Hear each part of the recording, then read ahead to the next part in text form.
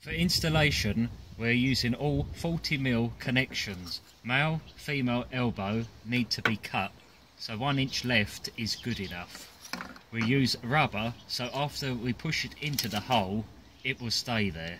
The design of the toilet inside the hole is made with little angle, so when the connection is in, only top of the connection is touching the ceramic inside, but on the bottom we still have a gap for the air. To increase this gap, we can cut the connection with little angle. When it is in, we are ready to fix the fan.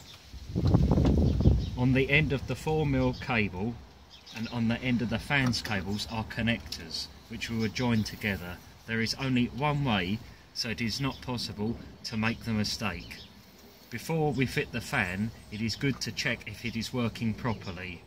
We'll do this, of course, when we put the 4mm cable between the tiles before grouting.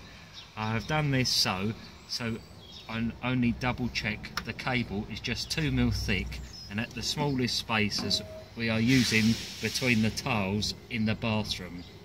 So we don't need to remove the tiles to fix the cable between them. Only the grout has to be removed. We push the fan into the elbow and we slide on the straight connection. Original one needs to be cut and the stop ring inside has to be removed.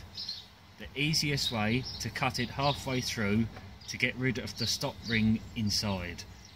On the soil pipe we need to make a hole and glue this connection with a piece of pipe to create as small gap as possible between the fan and the pipe.